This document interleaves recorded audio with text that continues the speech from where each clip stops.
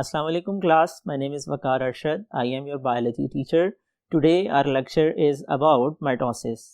Last time हम mitosis को discuss कर रहे थे. फर्स्ट फेज प्रोफेज को हमने पढ़ा था. चलते हैं इसको मज़ीद कंटिन्यू करने के लिए व्हाइट बोर्ड की तरफ.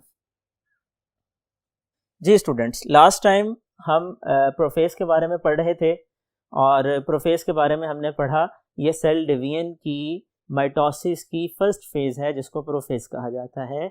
हमने पढ़ा प्रोफेज के अंदर सेल का न्यूक्लियस ख़त्म हो जाता है, न्यूक्लियर एनवेलप डिसअपीयर हो जाता है, न्यूक्लियोलस जो कि डार्क स्पॉट है न्यूक्लियस के अंदर वो भी ख़त्म हो जाता है और जो क्रोमेटिन है जो loosely attach thread like structures हैं वो क्रोमोसोम में तब्दील होना शुरू हो जाते हैं. सेंट्रियोल डुप्लीकेट करते हैं, 1 से 2 बन जाते हैं. सेंट्रियोल से बारीक बारीक धागा नुमा स्ट्रक्चर्स निकलते हैं और वो सेल के क्रोमोसोम्स को जो कि पहले क्रोमेटिन थे अरेंज करते हैं एक तरतीब के साथ. स्पिंडल फाइबर 2 तरह के होते हैं, एक को काइनेटोकोर फाइबर कहते हैं, एक को नॉन काइनेटोकोर फाइबर का नाम दिया जाता है और इस पूरे के पूरे स्ट्रक्चर को कलेक्टिवली माइटोटिक स्पिंडल कहा जाता है. अब हम फर्दर इसको कंटिन्यू करेंगे और आगे की तरफ मूव करेंगे. प्रोफेज से अगले फेज को हम आज डिस्कस करेंगे और फिर उससे अगला फेज यहाँ तक के माइटोसिस का अमल मुकम्मल तौर पे हम यहाँ पर समझेंगे. स्टूडेंट्स, प्रोफेज के बाद जो अगला फेज है उसको मेटाफेज कहा जाता है. मेटाफेज इसलिए कहा जाता है क्योंकि इस फेज में सेल के बिल्कुल सेंटर में आकर के क्रोमोसोम अरेंज हो जाते हैं, अलाइन हो जाते हैं, तरतीब पा जाते हैं. ठीक है जी. और जो स्पिंडल फाइबर्स हैं वो क्रोमोसोम को बिल्कुल इक्वेटर में सेंट्रल प्लेट पे अरेंज कर देते हैं और इस इक्वेटोरियल प्लेट को हम मेटाफेज प्लेट का नाम बी देते हैं. इसी वजह से इस फेज को मेटाफेज भी कहा जाता है, यानी कि वो फेज कि जिसके दौरान क्रोमोसोम सेल के बिल्कुल सेंटर में अरेंज हो जाते हैं मेटाफेज प्लेट के अलोंग. स्टूडेंट, नेक्स्ट फेज में क्या चेंजेस आती हैं इसको समझने के लिए let's move toward next port. जी, अगला मरहला एनाफेज का है और एनाफेज के दौरान सेल के अंदर जो क्रोमोसोम बिल्कुल सेंटर में अरेंज थे वो ऑपोजिट पोल्स की तरफ मूव करना शुरू कर देते हैं और इसमें होता यह है कि दोनों तरफ के सेंट्रियोल कॉन्ट्रैक्ट करते हैं, शॉर्ट हो जाते हैं, सुकड़ जाते हैं, जिसकी वजह से क्रोमोसोम सेंटर से बिल्कुल डिटैच हो जाते हैं, अलग हो जाते हैं और क्रोमोसोम के क्रोमेटिड एक दूसरे से अलग होने के बाद वो सिस्टर क्रोमोसोम्स कहलाते हैं. यहाँ पर क्रोमोसोम जब ऑपोजिट पोल्स की तरफ मूव करते हैं तो क्रोमोसोम्स की डिवीजन मुकम्मल हो जाती है. क्रोमोसोम क्या है? ये हेरिडिटी मटेरियल है, ये विरासती मादा है जो खुसूसियात को एक नस्ल से अगली नस्ल में मुंतकिल करता है. इसके बाद सेल अगले मरहले में दाखिल होता है जिसको टीलोफेज कहा जाता है. टीलोफेज के अंदर बिल्कुल वो सब उलट काम होते हैं जो प्रोफेज में हुए थे. हमने पढ़ा प्रोफेज के अंदर न्यूक्लियस का न्यूक्लियर एनवेलप खत्म हो जाता है, न्यूक्लियस के न्यूक्लियर एनवेलप के साथ उसके अंदर जितनी चीज़ें हैं डिसइंटीग्रेट हो जाती हैं, स्प्रेड हो जाती हैं, फैल जाती हैं, क्रोमेटिन क्रोमोसोम में तब्दील हो जाते हैं, न्यूक्लियोलस ख़त्म हो जाता है, स्पिंडल फाइबर बन जाते हैं सेंट्रियोल के डुप्लीकेट होने के बाद. यहाँ पर जैसे ही सेल टीलोफेज में दाखिल होता है तो सब कुछ रिवर्स हो जाता है. दोबारा से न्यूक्लियर एनवेलप बन जाता है, दोबारा से न्यूक्लियोलस बन जाता है, दोबारा से क्रोमोसोम क्रोमेटिन में तब्दील हो जाते हैं और जो सेंट्रियोल डुप्लीकेट हुए थे वो ऑपोजिट पोल्स की तरफ मूव कर जाते हैं. इसलिए टीलोफेज को हम रिवर्स ऑफ प्रोफेज का नाम भी देते हैं. स्टूडेंट, इसके बाद जब सेल के न्यूक्लियस की तकसीम मुकम्मल हो जाती है तो अगले मरहले में सेल का साइटोप्लाज्म तकसीम होता है. सेल के साइटोप्लाज्म के तकसीम होने के अमल को साइटोकाइनेसिस कहा जाता है. ये 2 अल्फाज का मजमुआ है. साइटोप्लाज्म से साइटो है, काइनेसिस से ब्रेकडाउन है, यानी वो फेज कि जिसके दौरान सेल का साइटोप्लाज्म 2 इक्वल हाफ में डिवाइड हो जाता है. साइटोकाइनेसिस को स्टडी किया जाए तो ये अमल पौधों में अलग तरीके से होता है, जानवरों के अंदर अलग तरीके से होता है. प्लांट सेल के अंदर साइटोकाइनेसिस क्या डिफरेंट है, एनिमल सेल्स के अंदर साइटोकाइनेसिस में क्या डिफरेंट है.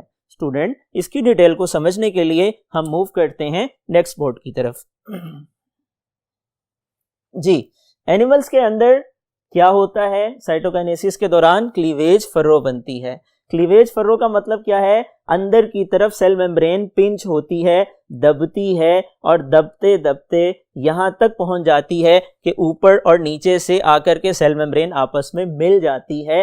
नतीजे के तौर पे एक सेल का साइटोप्लाज्म दो में तकसीम हो जाता है और साइटोप्लाज्म की तकसीम के साथ ही एक सेल दो सेल्स के अंदर डिवाइड हो जाता है। हमें पता है कि न्यूक्लियस तो ऑलरेडी डिवाइड हो चुका है। पिछले फेज में हमने पढ़ा प्रोफेज के दौरान, मेटाफेज के दौरान, एनाफेज के दौरान जो चेंजेस आई और टीलोफेज के एंड पर यह न्यूक्लियस मुकम्मल तौर पर डिवाइड हो गया। अब हम पढ़ रहे हैं साइटोकाइनेसिस के बारे में। तो जब प्लांट सेल में साइटोकाइनेसिस हो जाएगी, क्लीवेज फर्रो बन जाएगी, ऊपर और नीचे से सेल मेम्ब्रेन आपस में मिल जाएंगी, नतीजा ये होगा कि एक सेल दो सेल्स में डिवाइड हो जाएगा। उसके बाद आ जाते हैं प्लांट्स की तरफ। प्लांट्स में सेल के साइटोप्लाज्म के डिवाइड होने का अमल निस्बतन थोड़ा सा मुख्तलिफ होता है और वो फ़र्क क्या है? वो फ़र्क ये है कि प्लांट्स में बिल्कुल साइटोप्लाज्म के सेंटर में एक प्लेट बनती है जिसको फ्रैग्मोप्लास्ट का नाम दिया जाता है। स्टूडेंट्स, फ्रैग्मोप्लास्ट एक प्लेट है जो बिल्कुल उसी जगह पे बनती है जहां पे मेटाफेज प्लेट बनी थी। इसके बनने का अमल कैसे मुमकिन होता है? सेल के अंदर वेसिकल्स मूव करते हैं गोल्जी ऑपरेटर से और साइटोप्लाज्म के बिल्कुल सेंटर में आ जाते हैं और यूं करके ये आपस में फ्यूज कर जाते हैं। इस तरह से फ्यूज करते हैं कि ऊपर और नीचे से ये सेल मेम्ब्रेन और सेल वॉल को टच कर लेते हैं और दोनों तरफ की साइटोप्लाज्म डिवाइड हो जाता है। दोनों तरफ का साइटोप्लाज्म डिवाइड हो जाता है और साइटोप्लाज्म के डिवाइड होने के नतीजे में एक प्लांट सेल दो सेल्स में तकसीम हो जाता है। यहाँ पर जो डिवाइडिंग बाउंड्री है, ये जो प्लेट बनती है डिवाइड करने वाली, इसको फ्रैग्मोप्लास्ट का नाम दिया जाता है। यह साइटोकाइनेसिस का अमल है कि जो पौधों के अंदर फ्रैग्मोप्लास्ट के जरिए मुमकिन हो पाता है और यहाँ पहुंचकर सेल की डिवीजन खत्म हो जाती है जिसको हम माइटोसिस का नाम देते हैं। स्टूडेंट, चलते हैं समराइज करने के लिए नेक्स्ट बोर्ड की तरफ। जी स्टूडेंट, अभी तक हमने प्रोफेज के बाद आने वाली चेंजेस को पढ़ा, मेटाफेज को पढ़ा, एनाफेज को पढ़ा, टीलोफेज को पढ़ा और साइटोकाइनेसिस को पढ़ा। हम पढ़ चुके हैं कि सेल के अंदर वो तब्दीली जिससे गुजरकर एक सेल दो नए सेल बनाता है और वो नए सेल इस तरह के होते हैं कि उनमें क्रोमोसोम नंबर पेरेंट्स जितने ही होते हैं। इस अमल को, इस सेल डिवीजन को माइटोसिस का नाम दिया जाता है। हमने पढ़ा प्रोफेज के दौरान न्यूक्लियस खत्म हो जाता है, न्यूक्लियर इन्वेलप डिसअपीयर हो जाता है, सेंट्रियोल डुप्लीकेट कर जाते हैं, उनसे स्पिंडल फाइबर्स के धागे निकलते हैं और क्रोमेटिन क्रोमोसोम में तब्दील हो जाता है। हमने पढ़ा सेल मेटाफेज में दाखिल होता है जिस दौरान में क्रोमोसोम सेल के बिल्कुल सेंटर में अलाइन हो जाते हैं, अरेंज हो जाते हैं और इस प्लेट को हम मेटाफेज प्लेट का नाम देते हैं। तीसरे मरहले के अंदर मेटाफेज से गुजरकर सेल एनाफेज में आता है। एनाफेज में पहुंचकर दोनों तरफ के स्पिंडल फाइबर सिकुड़ते हैं और क्रोमोसोम्स के क्रोमेटिड एक दूसरे से डिटैच हो जाते हैं। चौथे मरहले के अंदर टीलोफेज में वो सब रिवर्स काम होते हैं जो प्रोफेज में हुए थे। प्रोफेज के मुकाबले में वो सारे उल्ट काम क्या होते हैं? न्यूक्लियस दोबारा से बन जाता है, न्यूक्लियर इन्वेलप दोबारा से आ जाता है, न्यूक्लियोलस दोबारा अपीयर हो जाता है, क्रोमोसोम दोबारा क्रोमेटिन में तब्दील हो जाता है और उसके बाद न्यूक्लियस की तकसीम मुकम्मल हो जाती है।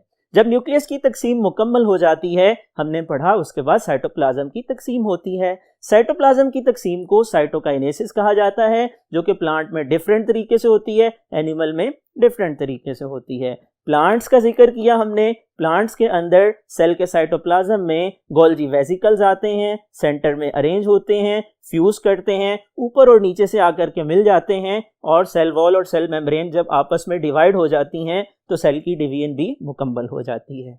जबकि इसके बरक्स एनिमल सेल्स के अंदर क्या होता है? क्लीवेज फरो बनती है, सेल मेम्ब्रेन अंदर की तरफ पिंच करती है और ऊपर और नीचे से आकर के आपस में मिल जाती है और सेल की साइटोप्लाज्म की डिवीजन मुकम्मल हो जाती है। ये फ़र्क है साइटोकाइनेसिस का जो प्लांट सेल्स में और एनिमल सेल में मौजूद होता है। स्टूडेंट, ये था आज का टॉपिक। आई होप सो आपको समझ आ गई होगी। अगले लेक्चर तक के लिए इजाज़त दीजिए। अपने टीचर को अल्लाह हाफिज़।